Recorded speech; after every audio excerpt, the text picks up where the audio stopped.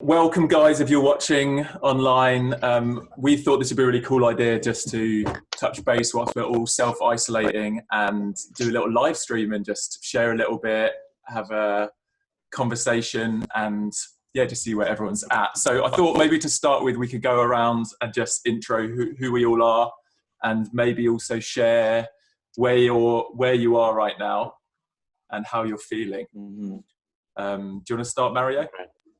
Yeah, so my name is Mario Rigby. I'm a modern day explorer.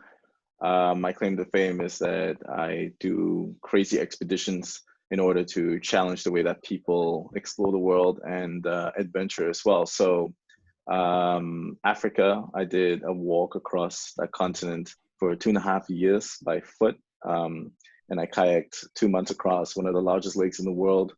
So the walk essentially led me to be able to showcase Africans in a way that authentically, shows their culture, shows who they are, as opposed to what the media tells them what they are. So through that expedition, I learned a lot in terms of survival. It wasn't a walk in the park. I got shot at. I was arrested 7 times.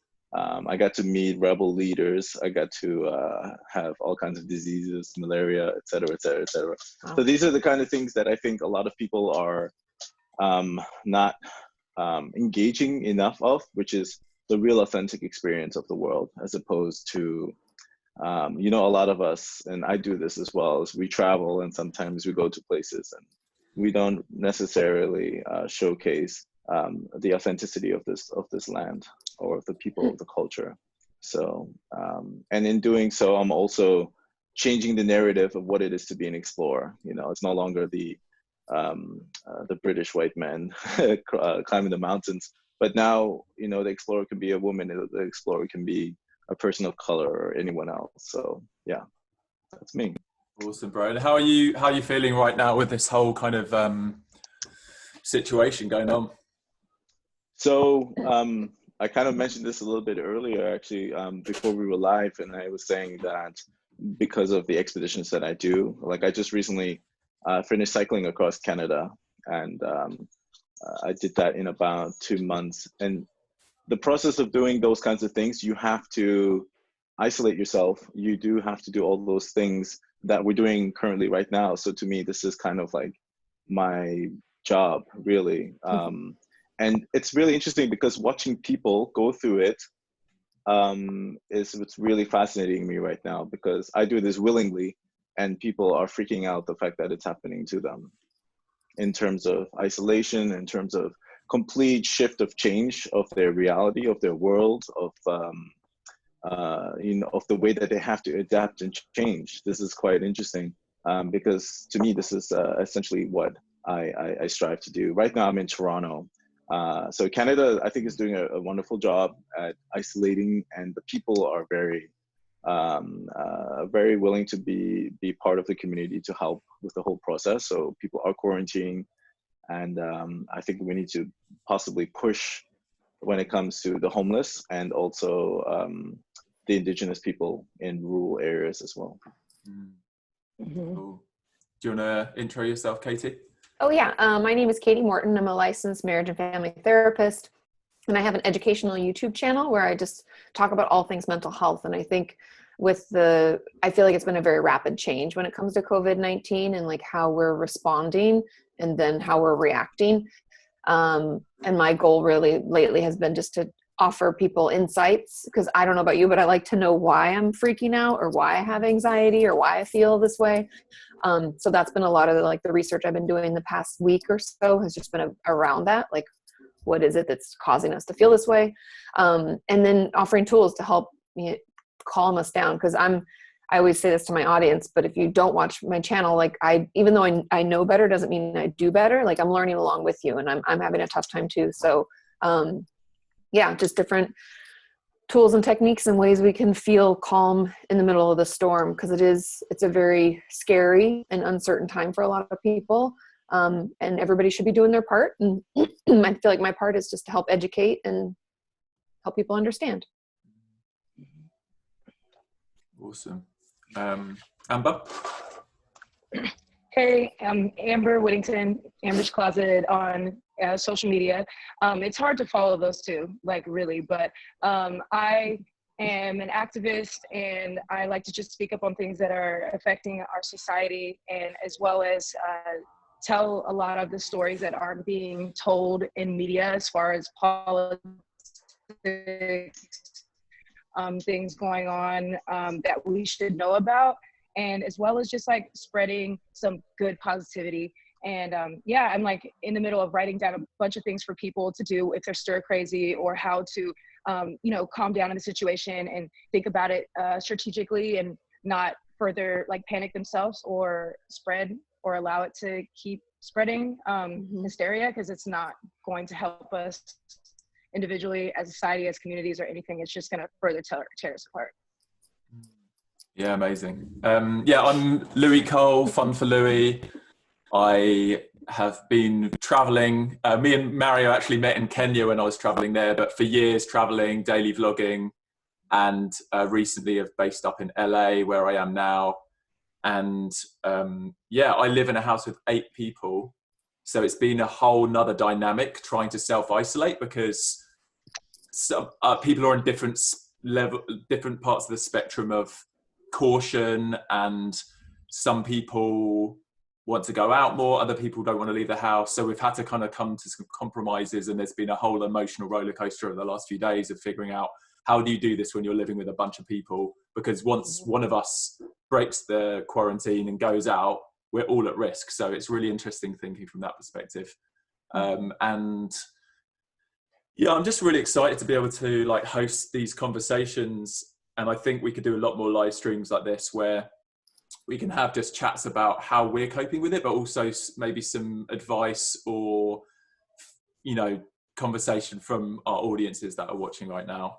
I was chatting to another creator earlier today who was saying she feels kind of a level of guilt around the fact that she's privileged enough to be able to work from home, and a lot of people are still having to go out and risk catching this because that's the only way they can support their families. So that's a whole nother conversation which I am very aware of. But yeah, it'd be cool to just open up and chat a bit more about yeah, just like how we're thinking about this, maybe yeah, maybe what we're all doing. Like, we could go around again and just share, like, are we leaving the house at all? You know, for what circumstances are we leaving the house? What are our friends doing? And what it currently where we are, like, what's the government saying? Like, are they saying you shouldn't go out at all, or are they saying as long as you're not meeting in big groups? Right. Should we go around? Yeah. So right now in Canada, I mean, the news is changing constantly. So, I mean, even in the next couple of minutes, you know, the government, Justin Trudeau could say something right now. But I think we closed the border a couple of days ago to the whole world, except for I think the United States and a few other like diplomats and United Nations people. But Justin Trudeau's been tested positive, hasn't he? His wife. I think it was his. I'm not quite sure, Really? but he was in. He was quarantined. I know that the Brazilian president is tested positive. Wait, let me fact check that. I thought his wife definitely got tested positive. No, yeah, I'm just not sure. I'm just not sure of that. So I can't really. Yeah. Is it true? Yeah.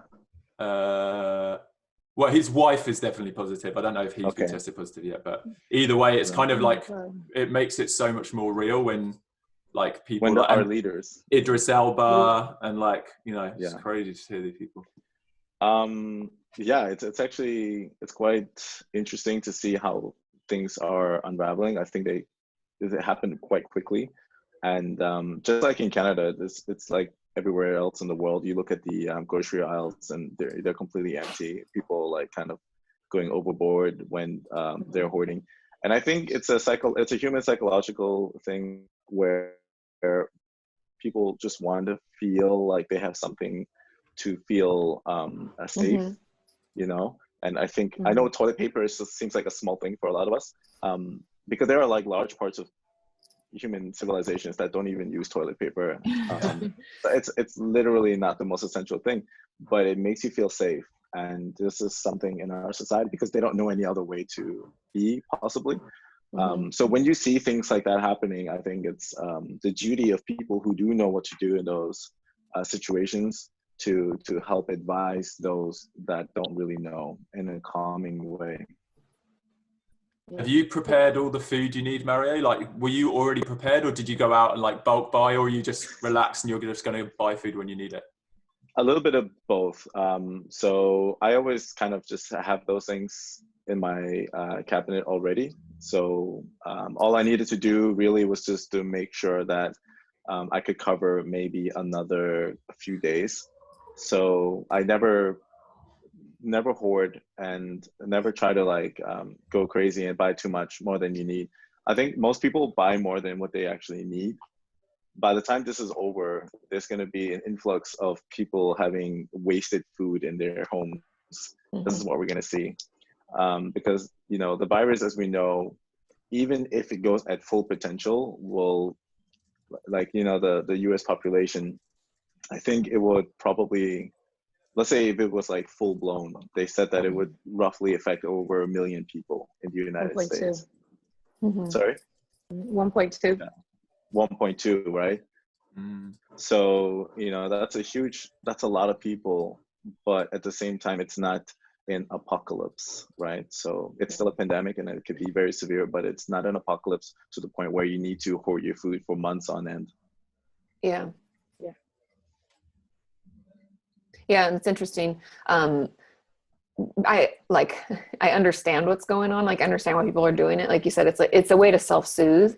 I think that's why people are like over buying. And the toilet paper was very interesting to me. I get asked that a lot on different interviews. Like, why are people hoarding toilet paper? And I'm like, I don't really know why that was the thing. It could have been anything. It could have been like, oh, I'm deciding to hoard, I don't know, napkins, chicken, vegetable, you know, and I think people are overbuying. The thing that I want everybody to know is that if you read all of the statements that they're making, we even we're reading something from Costco the other day that there's no issues with them getting the goods to us. There's no issues in that, the way that our system works. We have plenty. This isn't an apocalypse. We're not going to run out of water. Our sewers are still running. You know, everything is still running. And I would encourage people to just buy what they need. That's pretty much what Sean, my husband, and I have done. Is I always have stuff on hand too, like dry goods, like pasta, rice. So I did, when I was getting groceries this next time, because we were out, I bought like a little bit larger amount, but I would encourage everybody to just get what you need for, instead of, usually we buy groceries, let's say once a week or, once every 2 weeks, depending on how often you eat at home. But just maybe buy 1 week more than you normally would and just leave it at that, because our supply chain isn't shutting down. We'll still have access. And always consider, like, if it's, because when I was purchasing things, we got food delivered from Costco, and I do feel very privileged, Louis, to the point. Like, I was very grateful to the man that delivered the groceries, and I do feel very privileged that I don't have to leave my home. But that's I think the best way that people can support that is by staying home, because the gentleman who delivered my groceries, if people who are ill aren't out and about, he's not going to get sick either. And he's able to make money that he needs to support his family, and I'm able to pay him and tip him for his services, and our system will continue, but I heard that Amazon are employing 100,000 new employees during this time, which is bad in one way because people are out there maybe being at risk, but if they've got the things in place to protect their staff, I don't know they have, but like, that's actually one of the silver linings of this, that people that have lost jobs, maybe there's other jobs that have been created as a part of this all, which I don't know. I mean, like you said, a few of us are privileged enough to have things delivered rather than having to go out and shop. Yeah, I've done a lot of deliveries on my end as well, because I actually work from home in the first place. So this is literally no change for me. And if I want to go out for a run, or I'll still do this, because I can still go out and stay away from people. So I'm not going to large gatherings a lot of the times anyways, because I'm just usually preparing for my expeditions, and then I go on my expeditions, and they are usually in remote parts of the world that people don't really go to anyways. So, you know, it's again, I'm also incredibly privileged to be in this position. And there are a lot of people who do suffer from this. And I think they're the ones that are not really going on social media. We're on social media. But these are the people that you know, that suffer. I had a friend actually, and you know, she just told me that, like, yeah, she just lost her job. She doesn't know if she's going to get back to it. So I think what's going to happen is the you know, the post virus pandemic is going to be incredible. Yeah, and like a small recession. what we think, if we think this is really bad, exactly, this is the what's going to happen after is going to be incredible. And this is where humanity really needs to play a role. And are we looking at the world as realistically as we can as humans, or are we creating this ideology, like this, you know, economic and you know, all these ideologies that we have about the stock market and things like that? They need to go away. We need to reset everything and look at, okay, what's really important. Yeah, I think exactly what you're saying. Humanity and the way that people treat each other need to step up. And so the leaders within that need to step up. And just like Katie was saying earlier, is like some of the information that she's received that, hey, food's not going to run out.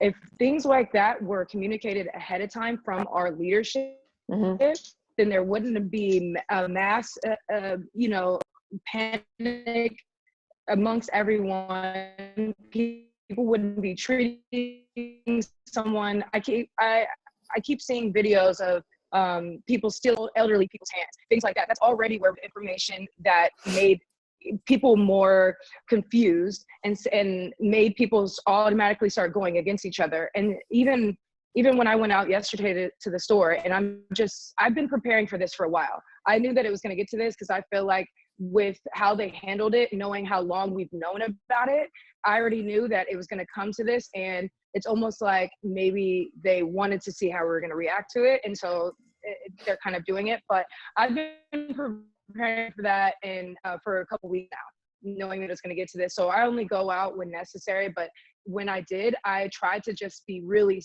like nice to the people. But already you can see people are treating each other very differently and not in a good way. So it's up to us, because we do work from home. We are influencers that influence and tell people. So it is our responsibility now as leaders to say, hey, you guys, this is the information you might not be hearing. This is how we should be treating each other.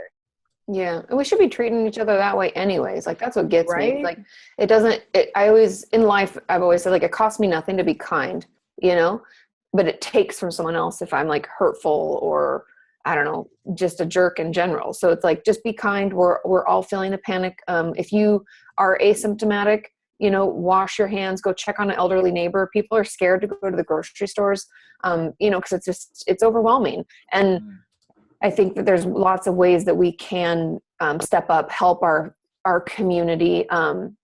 And we're not leaving the house at all. Sean and I had to go out Monday for a work thing that I was like contractually obligated, which was very frustrating because I was like, you should have canceled. And I haven't, and I was quarantined for 5 days before that, and we don't have any plans to leave the house. But I have been doing little workouts at home, and I would encourage everybody to try that. You got to keep your body moving. Otherwise your mind just spirals into a dark place.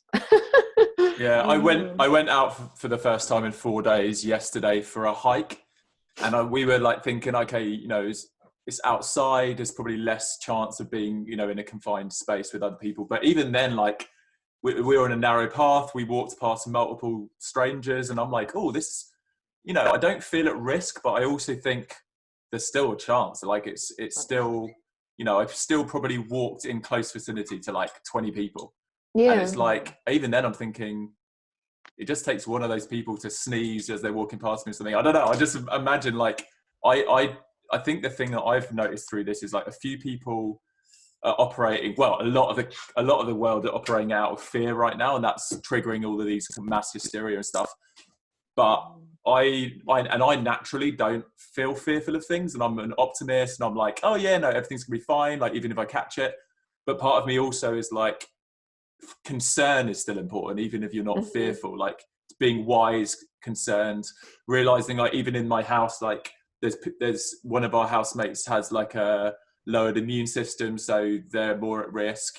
And then even reading on Facebook today, like one of my best friends' mother-in-laws has died from it, and it suddenly brings it a bit more home. Like, well, like, you know, I'm more concerned for my family. My parents are in their 60s now, and my grandparents, and it's just like, you know, it's not all about. I think you can still be cautious and careful and protect as much as you can without operating out of fear and worry and anxiety.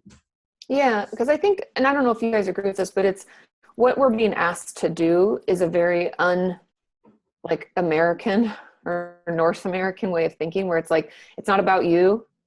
You have to think about the greater good. And unfortunately, we don't have a society that always like talks about that, the fact that we're like in it together. And I think it's a shift in the way that we operate, and it is difficult for people, you know, and I understand when people are like, but I want to do what I want to do. Like, I'm fine. And if I get sick, I'll be okay. And it's like, it's not really that. Like, I keep trying to remind my audience, I'm like, it's not about like whether or not you'll be okay. Like, you should be able to take precautions to be cautious, to like your point, Louis. Like, I don't need to be fearful and terrified, but I can be cautious because me being cautious could keep other people who are immunosuppressant, who have chronic illnesses, who are in the more vulnerable population, and keep them safe. There's this meme that's been going around that's like, your grandparents and great grandparents were called to war and you're called to sit on your couch. So like, I think you can do your part. Like, it's really not the hardest thing. And it's like, and on top of all of that what you just said as well, and you make such a great point, is that if you are, like, say, the selfish person who doesn't care, and you're just like, you know, asymptomatic and whatnot, and you go outside, think about the consequences that will come back to you as well. It might not come back to you as a virus, but it might come back to you as a form of job loss, or we have to all stay quarantined for longer because of your actions. So you not doing the part of the greater good will actually slow down this, the process of healing.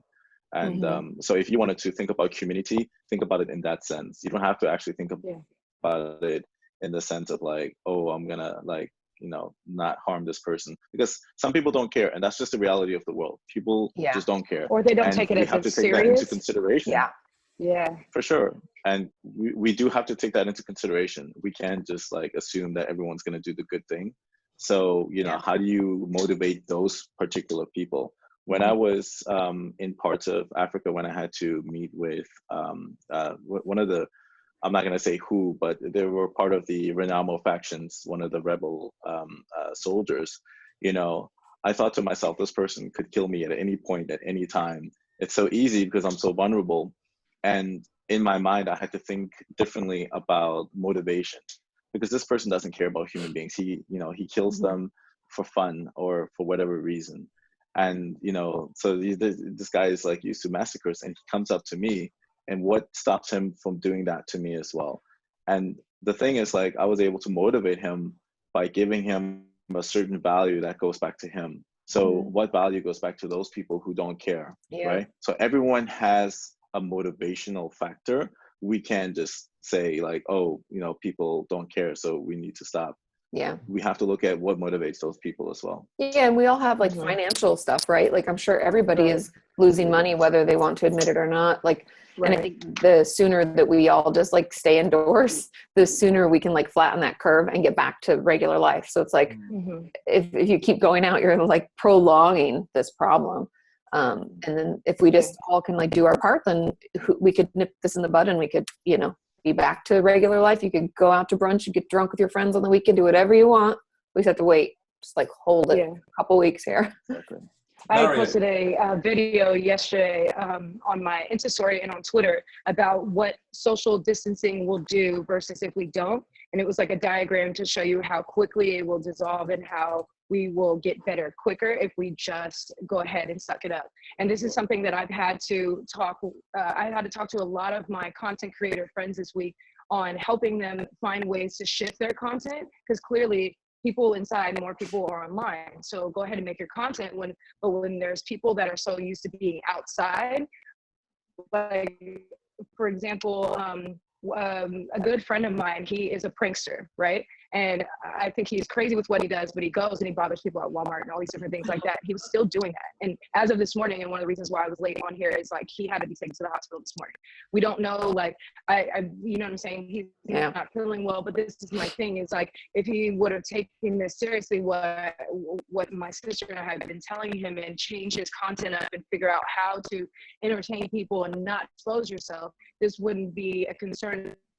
You know, we're waiting for updates because he's at the hospital right now.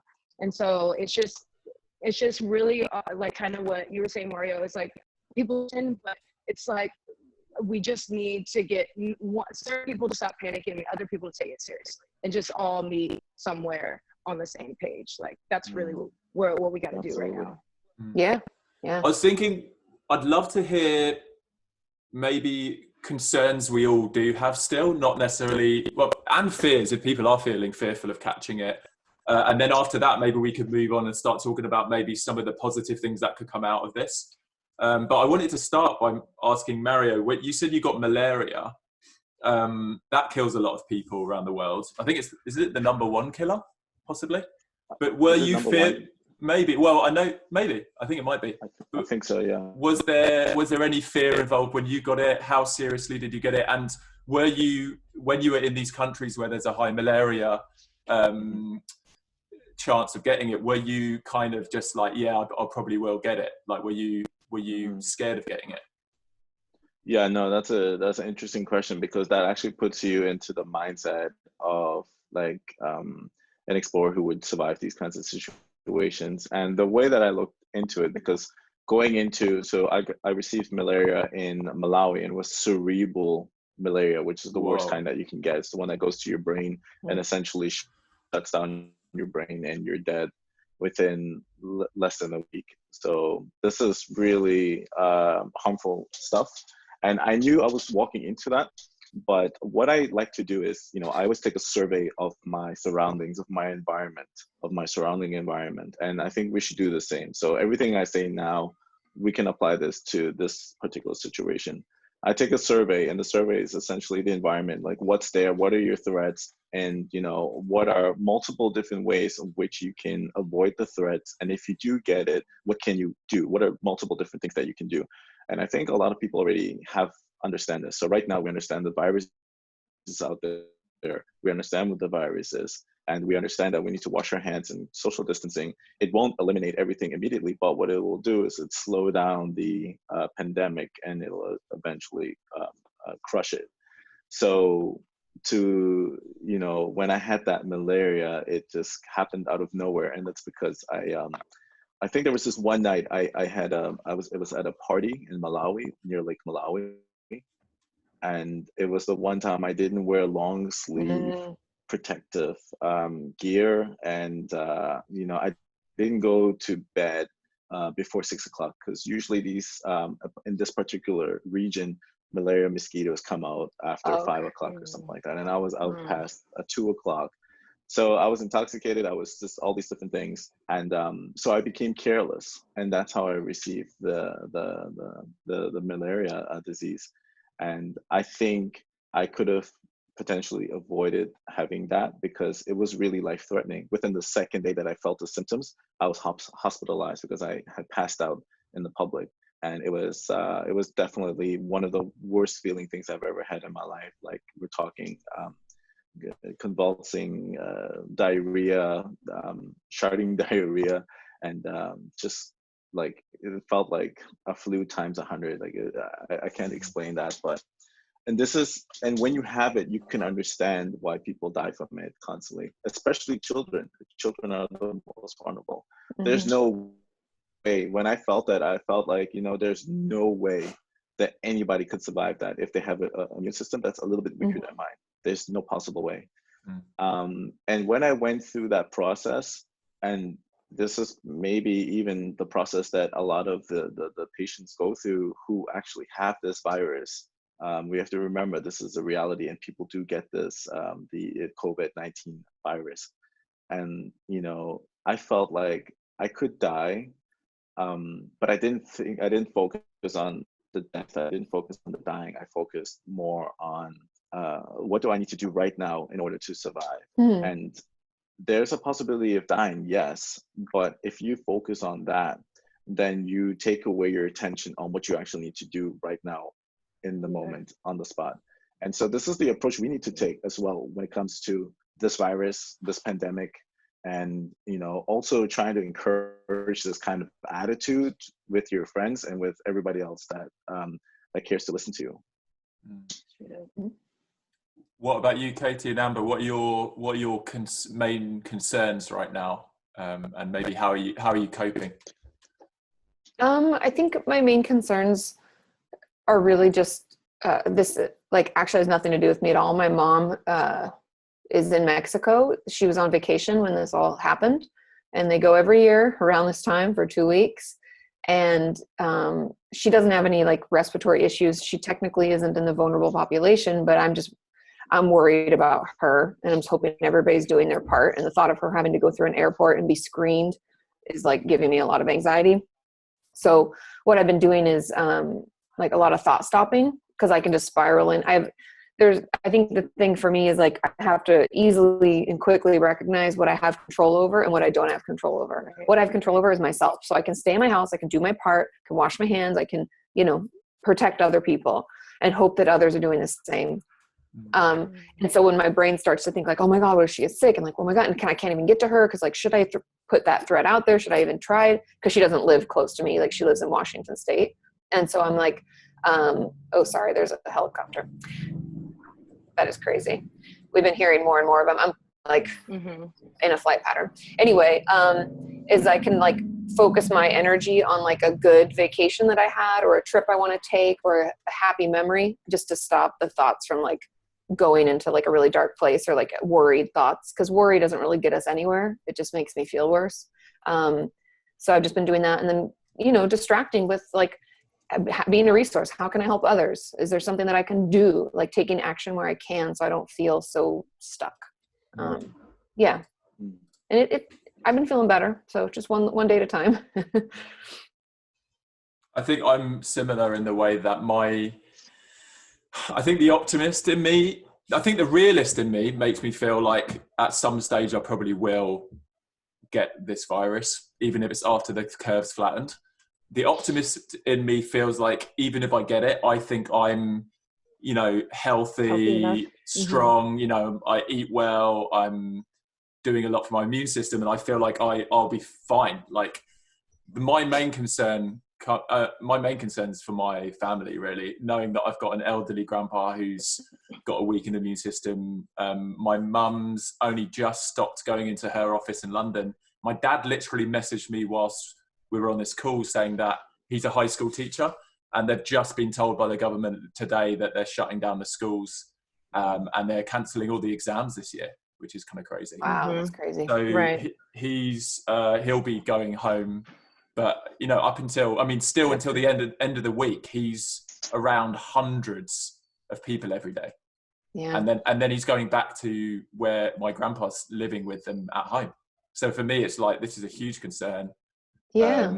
And I'm just hoping, and there's nothing I can do. It's like when things are out of your control, what I have in my control is what I do with myself and what I help facilitate as a household, what we're doing. But, other than that, I can't, when you've got a concern that's out of your control, that's when it's a little bit harder.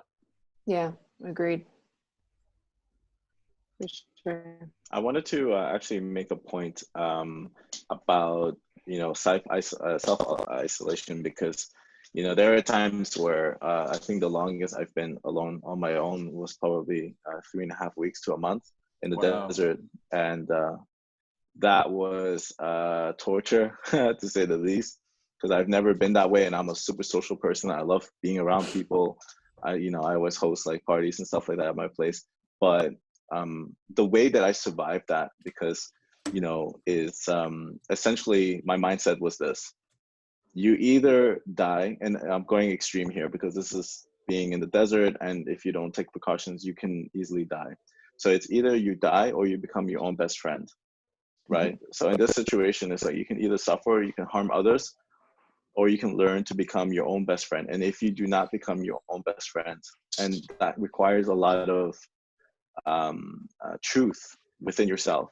Do I truly want to do this? Do I truly want to be this kind of person in my life? Or am I doing this because I want, I want to appease my father, appease my mother, appease my friends, appease society? Do I want to do this, and that? Like, who are you truly lying to? Is it, and if you are lying to yourself, be honest. And that's the only real way that you can actually become at peace at yourself. And I mean, you're I think you understand the psychology really well. So I think that if we transition that mindset, I think a lot of people can be a lot better at being alone for long periods of time without going crazy or without going insane, or without harming other people by interacting with them. Yeah, because we are social creatures, and that's the thing that I want everybody to understand is the kind of like the psychology behind it is we know through research that we have part of our system, what calms our system down is like our social connection system. So it's like we find peace and calm in the safety and connectivity with others. So people want to seek that out. And I totally understand, especially in times of threat. What else do we want to do? We want to connect with other people. So know that that's completely normal. But there are, I think it is a great time for reflection, to Mario's point. Like, it's a great time to just assess, like, am I liking the decisions that I've been making for the past, month, 6 months, year? Do I like the trajectory and the way my life is going? Like, it's okay to have those thoughts. I don't want you to spiral into negativity land, but it's okay to just consider, do I like who I'm becoming and what choices I'm making? Are these things that sit well with my intuition and aren't going against it? I don't have always this inner conflict. It's a good time to reflect, but it's also a great way to use technology. We're so fortunate and so privileged to have ways to connect, whether that's Skype, Google Hangouts, chat, FaceTime. We have endless opportunity to connect with other people. So if you're feeling lonely, if you're feeling hopeless, I would encourage you to reach out and connect, because there's so many opportunities to do that, and make it positive. I don't want any of us going online spouting negativity or false facts or anything. Just be like, how's everybody doing? Share a funny meme. Share a video that's been helpful for you. I mean, there's things that we can all do to connect, to be reminded we're not alone, so that we can weather this storm. Yeah, I mean, last night. Yeah, and so what you were saying. Sorry, go ahead. Oh, go ahead, Billy. Okay, I was just going to say, literally last night we had a Zoom call with a few friends that are self-isolating, other communities that we know, and it was really nice. We had someone else who from another house, and there's 6 of them, and we were eating and chatting, and it was kind of amazing. I was like, wow, this is something I would never really do if we weren't in this situation. So I was thinking maybe we could share some of the surprising positive sides that we've experienced so far, or the things that we're actually looking forward to, and yeah, maybe Amber, I don't know if you got a chance to share some of your concerns that you're currently feeling as well, but then maybe kind of the positive things, the ways that you are coping with the feelings, and how you're connecting with friends right now. Yeah. Well, first, I feel how exactly what Katie's concerns were. It's just hey, I have these thoughts, but then I quickly shut them down because I have had to learn how to deal with things that are out of my control. And it's just what is my reaction going to be? And within that is where you find your true character. So I think that with kind of what you were saying, Katie, is digging down and seeing oh, how do I feel about myself currently? Right. But I think with that, we are now being able to see what's really important to us, what is really priorities to us, things like that. What do we hold so dear to ourselves, and what would we want to protect in this situation, as well as some self-reflection of ourselves. And so I don't know, I see, because I try to spread a lot of different information. So every time I say I'm so mad at the administration for how they handle this, when they've known about it since the end of last summer, and that they didn't roll out and have this on the radar supposed to. So while I say that, I try to share some really good information, like, okay, well, this many people have covered, and then throw a meme up there, because I want the information to be out there because it's important, but at the same time, I don't want to cause further panic. I just want us to know these things and figure out how we're going to react to them from this point. It's like, no, these are things we need to know, but here's also some good information to combat that. And also, we as humans are hilarious or funny, and we care about each other. So it's like, I'm trying to balance those things at all times, even before all of this. And so that's just what I'm going to continue to do, is every time, like right now, before we started, I was about to post this meme that was sharing all the good information and updates from Seattle and Missouri and Toronto and even China, because China, they've closed down some of their coronavirus hospitals. They've opened up stores, things like that. So I think sharing that type of information will, cause people to kind of calm and just be like, okay, this is what we got to do to make sure that we're better and we get better, like where it started, like the other countries. Yeah. How about other you guys, like, how are you feeling about how are you coping? Positive routines. Katie, you said you were like making sure you're still exercising at home, and do you feel like you're communicating more with your friends right now, or family? Yeah, both. I mean, I've been calling my grandma because she's quarantined herself at her house. Luckily, I grew up in a really small town, so she's like acres and acres of land. But I worry about her being alone, for that long. So I've been calling her, talking to friends, family, everybody. Honestly, a lot. I'm usually pretty social too, like Mario. Like I need that connection. So I've just been making a point of like texting more, calling more, commenting on things online more, just like any kind of interaction I can get to kind of feed that need and support. And then keeping some kind of routine. Like I try to get up around the same time, make breakfast, eat breakfast, do my exercise, shower, keeping things in some kind of form helps me feel a little bit better. It's like soothing to my system. We've been doing some movie marathons as a house. Uh-huh. We started the Harry Potter series. I love Harry Potter. Nice. I did Game of Thrones because I had never watched Game of Thrones. I started that during this situation. Oh my god! I'm watching a lot of. I thought I was the all only Apocalypse. one. No, I haven't watched any of them. Wait, what did you say, Mario? Oh yeah. I don't know. I'm watching a lot of apocalypse movies and things like that. But that's normal. It's because it's psychologically. Myself, but it's for real. Like pick up some survival tips just in case. Through this. Yeah. No. I'm definitely not learning survival tips off of TV. I'm the one who teaches survival tips. True. So yeah. I can already tell you. I need to find you if something everything gets that crazy. you know about these movies, please. Thank you. Please do not go to a movie and get the advice from there. Consult or anyone else that's like survivalist. Yeah, that's been one of the things I've really struggled with. That's a tip for everybody else too, please. Initially, like vetting information that's coming in. I think this has been a huge wake up call. Already, I felt like for the last year or two or longer, we've been dealing with this like fake news and like vetting news information we're getting in, and it's been so interesting seeing all of these claims and fear mongering and things that's like, is this even true? Like people are screenshotting conversations from a stranger that they don't even know, and they're like, oh my gosh, look, like this has happened, and you're like, has it happened? Or like how can we trust this information? So I think I got a chain text message yesterday that said San Francisco is shut down and quarantined, and I got on the phone with my friends in San Francisco and it wasn't true. So there's like a lot of these I've gotten so many chain text messages. Have you guys not? Well, I went to the mayor of San Francisco's Twitter account, and she had made some kind of statement about shutting down. They did do that now. Yeah. Okay. It might have not been by then, but they are different parts. So it's I don't want to spread any fake news, but this was like, I was watching live on, I don't know, CNN or something. The mayor was talking about it, and certain parts of the city, because it's like city to city. So it's not all like San Francisco as a whole is on quarantine, but like the neighboring cities aren't. And so like, how do they manage that? And like Sonoma, Napa, like all the surrounding areas were supposed to make their decision today, I believe, if they were going to do it as well. Because they were like, well, that doesn't help then, because even if our people are on lockdown, like they can go to the grocery store, pharmacy, or hospital. And if they're going anywhere else, they can get a fine.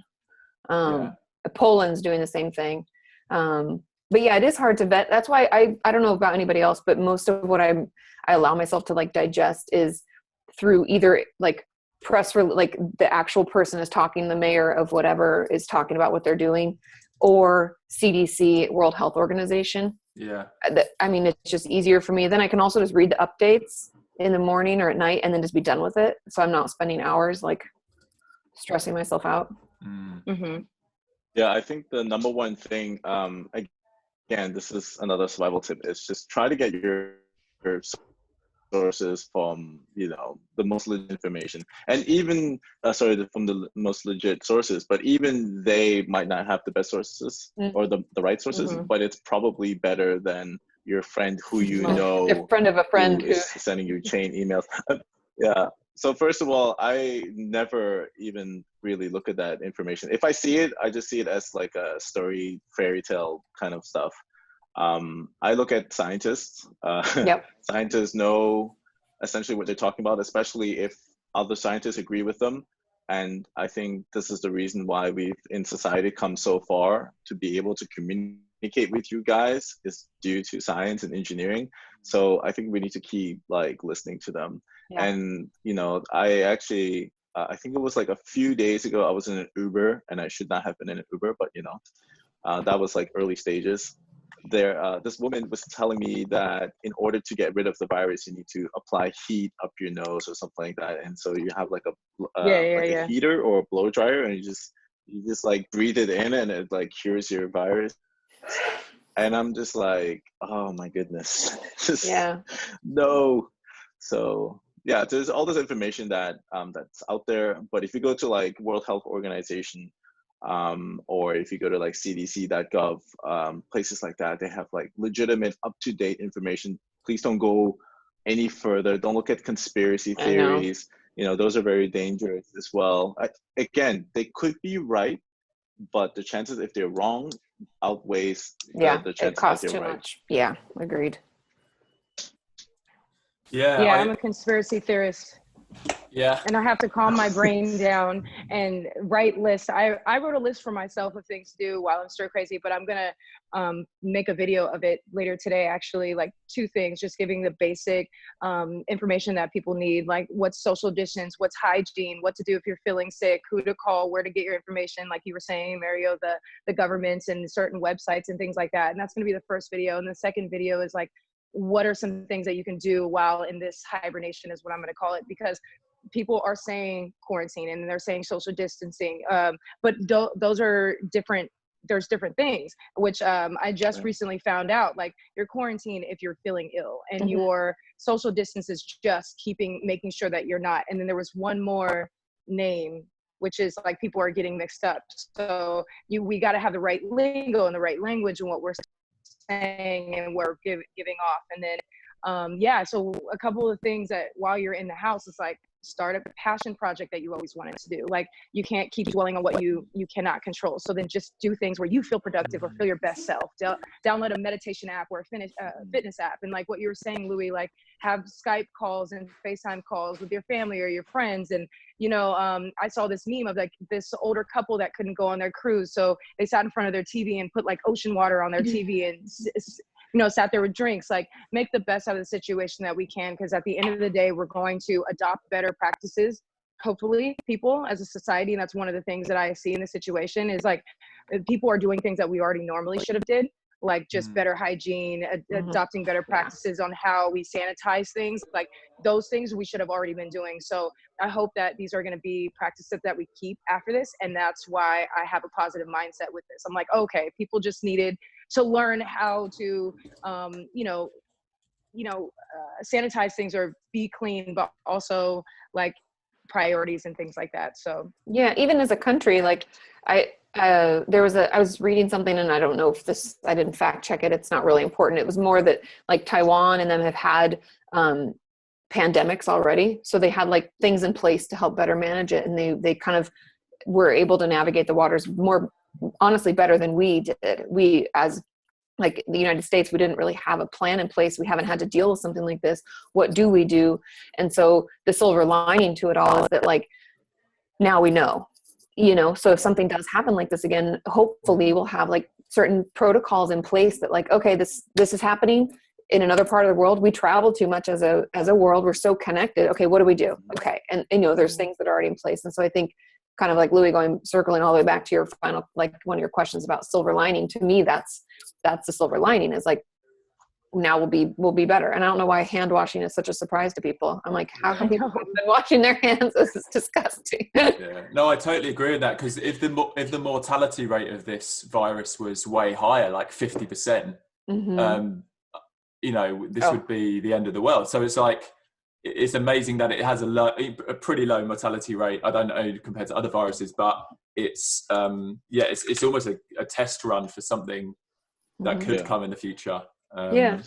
But after the Ebola situation, Obama put an organization or a group together to be able to handle these things. But for some reason, this administration had relieved that group and it wasn't in place like it was supposed to be. And that's one of the frustrating things that we need to make sure that we demand going forward. And that's why I have been putting out this information, but it's really frustrating because it's like, if China has been dealing with this for like 8-9 months since the end of the last summer, and it's been on the radar. These are things that we import and we export from there more than anywhere else. These are things that, and we have more tourists coming back and forth from there. These are things that our government, everything should have been aware of ahead of time, and we should have already put things in place, even if we were doing too much, even if it was like you're too worried. That should have been a thing, especially after what happened with the Ebola situation. So those are one of the reasons why I'm so frustrated with how this rolled out, because it didn't need to end up like this at all.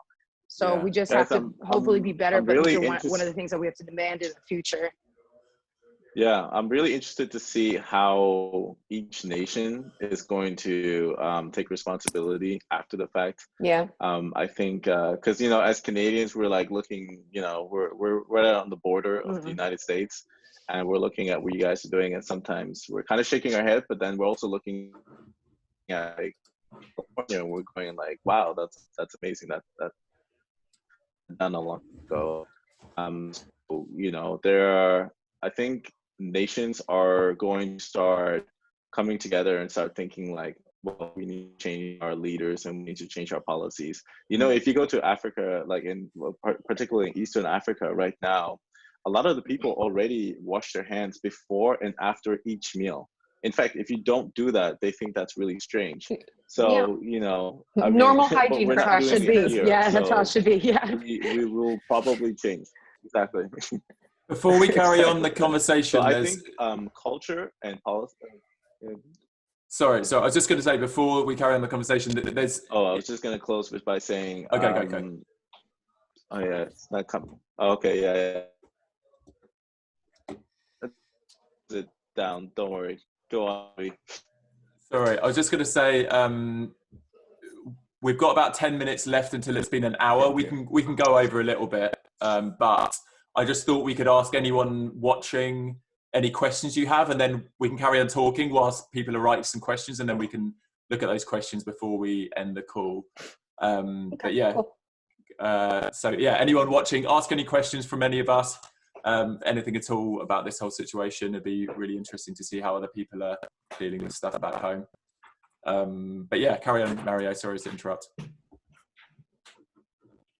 Yeah, no worries. I actually forgot what I had said, but so, but you know, going to what Amber was saying, like, you know, totally getting the basics down and just getting like pure facts, pure basics, and implementing that as many times as possible, because you're gonna have to repeat those things to people. You know, people are scared, people are worried, and you know, they will freak out, and it's just a normal human thing that we have. Like, you know, psychology is like we are controlled by fear, and that's unfortunate. So, but the reason that I'm sometimes skeptical about conspiracy theories is because you know, they can also lean toward a side of a complete like kind of freak out, like during a pandemic.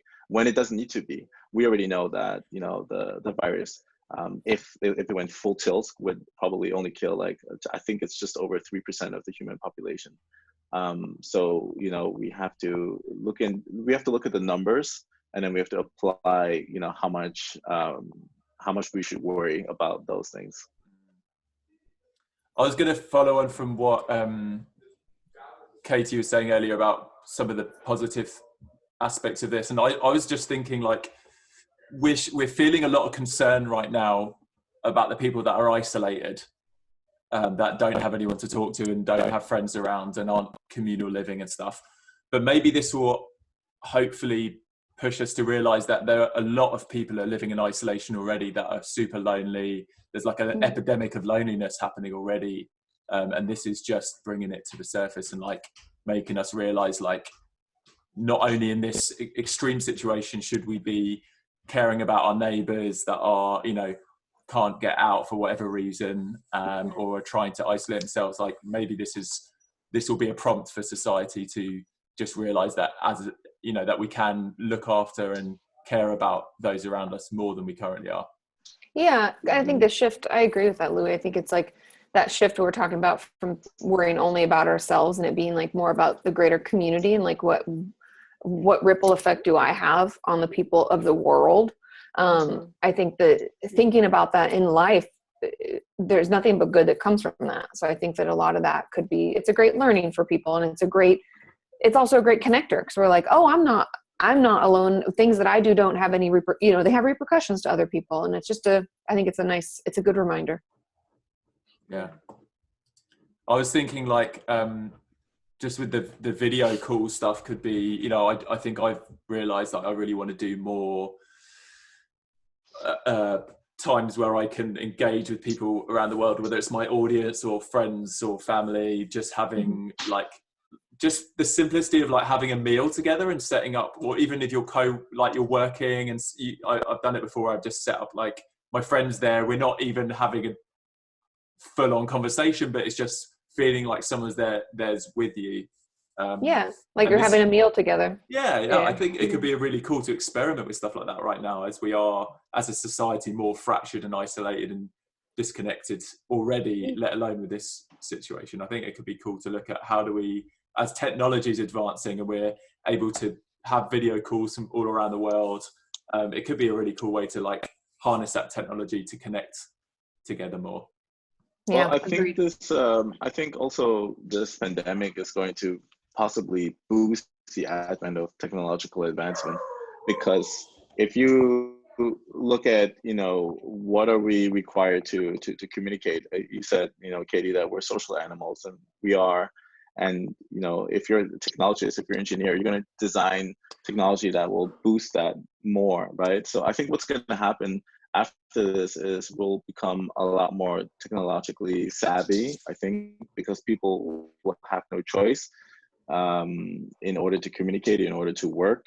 And I think the work environment in the future is going to be a lot more flexible. I think it's going to be very malleable, and, you know, jobs will probably give people the option to live remotely and to work remotely. I think we're going to become a lot more a mixed species, or a mixed human breed around the world. And with every kind of challenge that we have, that humanity faces, we tend to get a lot better on the other side. So we do tend to boost ourselves after each challenge. I mean, look at every thing in the past. Look at World War I, World War II. You know, the technology that was used to kill and massacre hundreds of, you know, thousands of people, millions of people, are now technologies that we use to help communicate, for instance, like the internet and things like that. So with each challenge, my positive optimism is that due to pattern, is that humanity is going to do a lot better after. Well, yeah, because we don't grow in times of no stress, no conflict, right? Like you have to, in a way, we have to be challenged in order to grow. And not that I would ever wish something like this upon the world, but, you know, a challenge does give us the opportunity to grow. And it also helps us learn a lot about ourselves and like where we could do better, where we could be better to other people, or where we could be better to ourselves. So yeah, there are good parts to it. And, controlling what we control, doing what we can, I think is all a great place to start. Yeah, I loved what you were saying earlier, Katie, about maybe this is a good time to reflect on our lives in a good way as well, and be like, when you suddenly get faced with your own mortality and the world kind of shuts down around you, maybe you can start thinking, am I in the job that I want to be? Am I living? Am I actually pursuing the things I want to in life? Am I the person I want to be? I was chatting to some friends yesterday, and they were like, in a way, this is a bit of a reset button to the whole world. And could we reinvent the way that the world looks after this situation in a way, like, in terms of the structure of society and how we interact with one another and what we prioritize in life? This could birth a whole new way of humanity potentially. Yeah. Totally. And I hope it's for the positive. Like what Mary was saying, like if we advance technologically, I hope that it's in, and I think because Katie and Louie, I think I told you guys this 2 weeks ago, it's like we update our phones, but we don't update our educational system, our history, and our health. We're so behind in those areas, and then our technology is so advanced. And there's got to be a way that we can connect those two. So hopefully in the future, if we are more technologically advanced, I hope it's for the better of our humanity, is in ways that it's more than just how we connect and how we work. We need to be able to get more information to people better. We need to update and be able to educate people better than this. We're already cutting off the full school year, the rest of the school year at this point. Now what? Now what's going to be in place to catch people up, or to make people feel comfortable with going to school, or what does that look like? That's what my concern is, but also my hope, and what I'm trying to be positive, that we can only grow and be better from here. Yeah, I just saw a question from the audience actually addressing that, saying like, what are our thoughts on schools and colleges closing?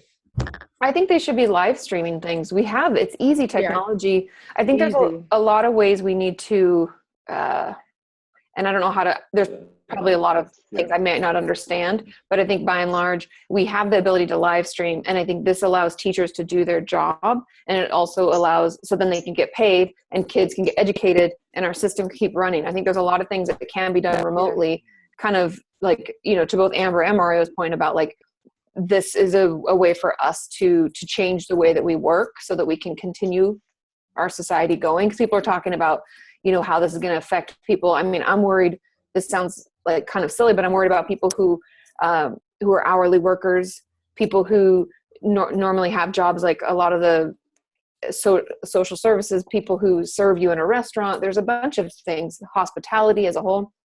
And so if there are ways that we can keep certain jobs going, I think that's really important. I think the educational system shouldn't be halted. Kids don't have to be in school. We have the ability to connect and live stream this. I think a teacher can hop on and send out parents the link for them to have their children join. That just seems like, and even Louis, when you were saying that your dad, like they're not going to do, not doing the testing and stuff. I'm like, dude, like that should be easy. You should be able to still teach your courses, and then kids do the online testing. They have a time limit, so we know they're not like reading the book the full time. Sorry, kids.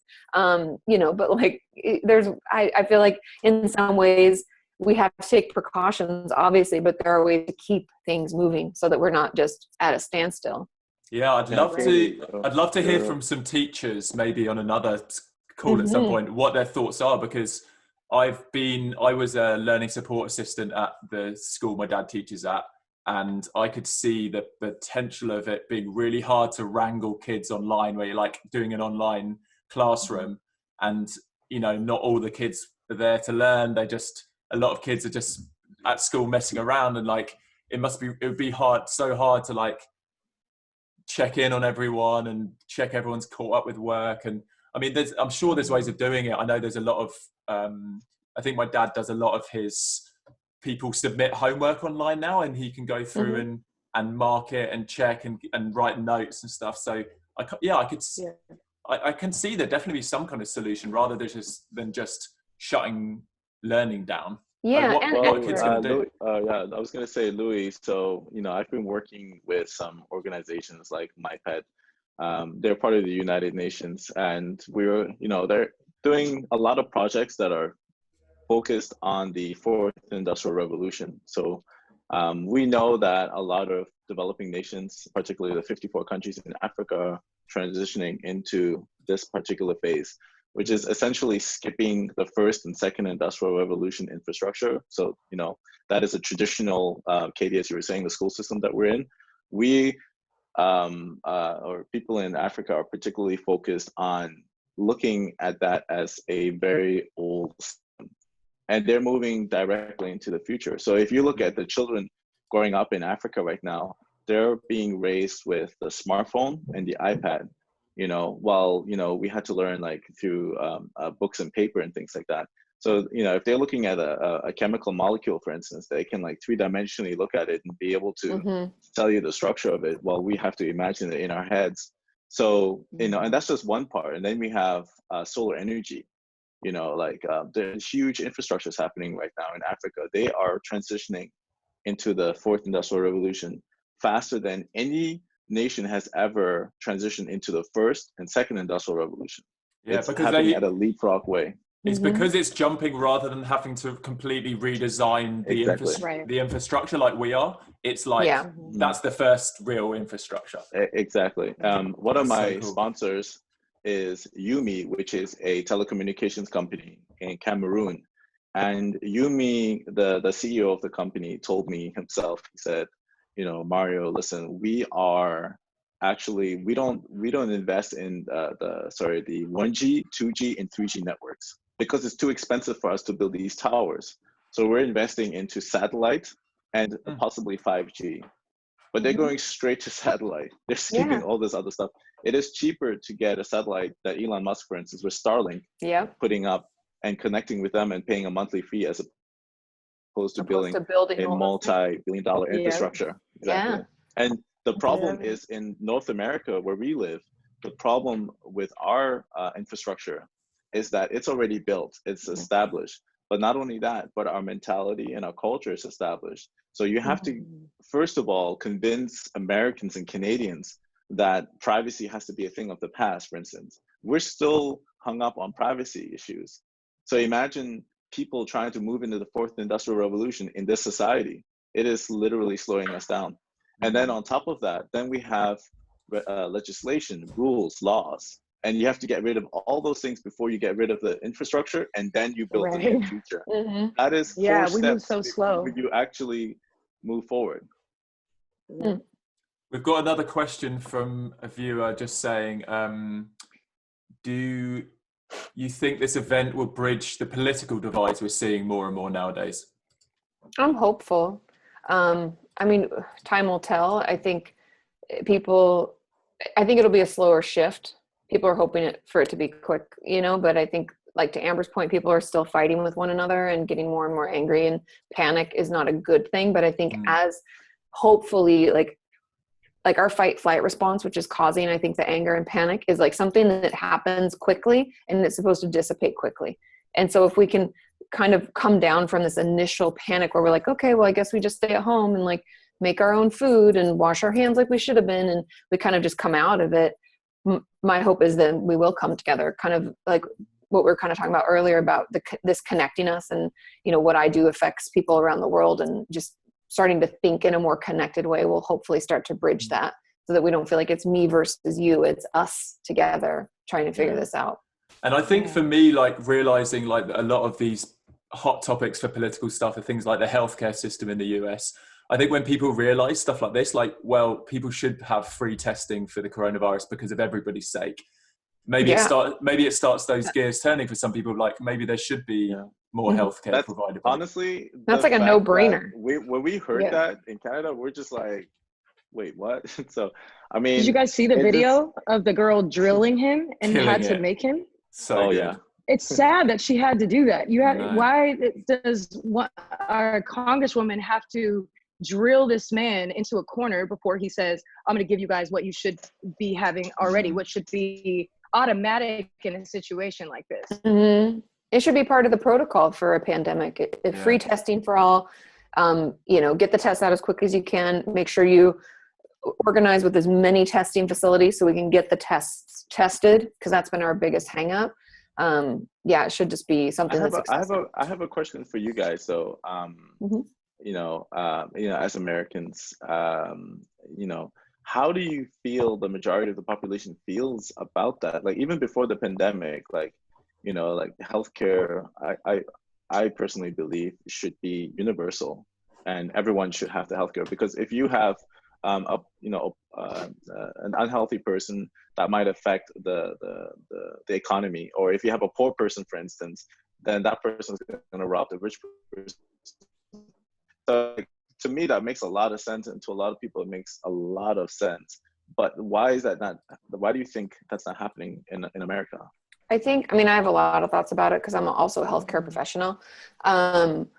I think, kind of to our point about technology, how like systems, like we already have things built, and it's like we already have systems that are built, and and this is because I understand the Canadian system pretty well, because half of my family, my husband's family, is all in that system, and they have their own gripes about it, issues with intense taxation.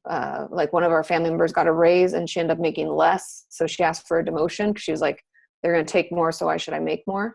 Like, it doesn't even make sense for me to be working harder for this. And then she still waits 2 months to get in to see a therapist. And, some people wait a year and a half. My father-in-law had to wait 2 years to get his rotator cuff fixed. So I do have my own issues with I don't think any system's perfect.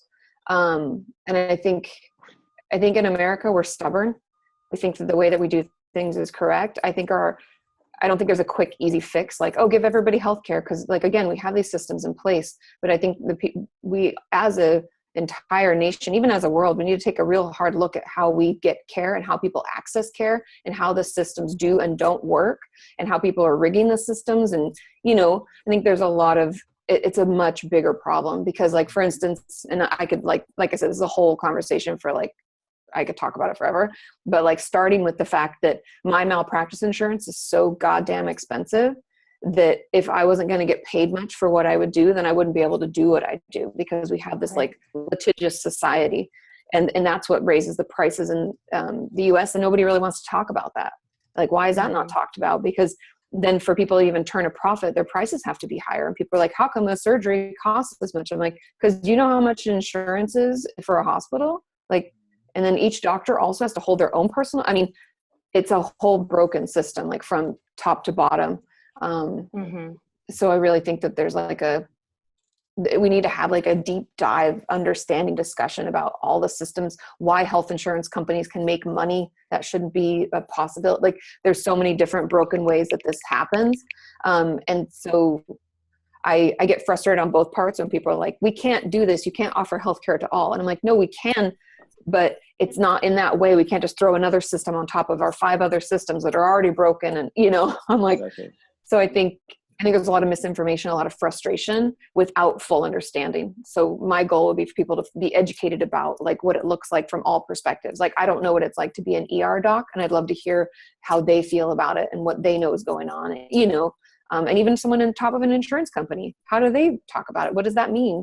Do they think they're doing good? What are the problems they see? Because we all have different perspectives, and I don't know. Sorry, I could go on and on. Yeah. Well, so those are really amazing points, Katie. Thank you. Yeah. On that note, we're approaching an hour and 15 minutes on the live stream, so maybe we could just to wrap up. Maybe we could just go around and share any last bits of advice we have for people watching.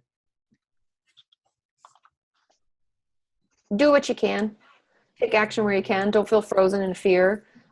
Just do your part. I think, limit your amount of time that you actually digest media so you don't feel overwhelmed. And then just make a list of some things, just a couple things, and try to do those things today. Try to shower. That can change your whole world sometimes if you're feeling food. Yeah. I can't remember if it was Katie or Amber, but I think someone mentioned you know, like look at your passion work and look at the things that you want to accomplish in your life, and really focus on that, because I think that's really huge. I'm even working on it right now. Like, you know, I'm writing my book right now, so I need to get that done by this year. So this gives me a huge opportunity to focus on that.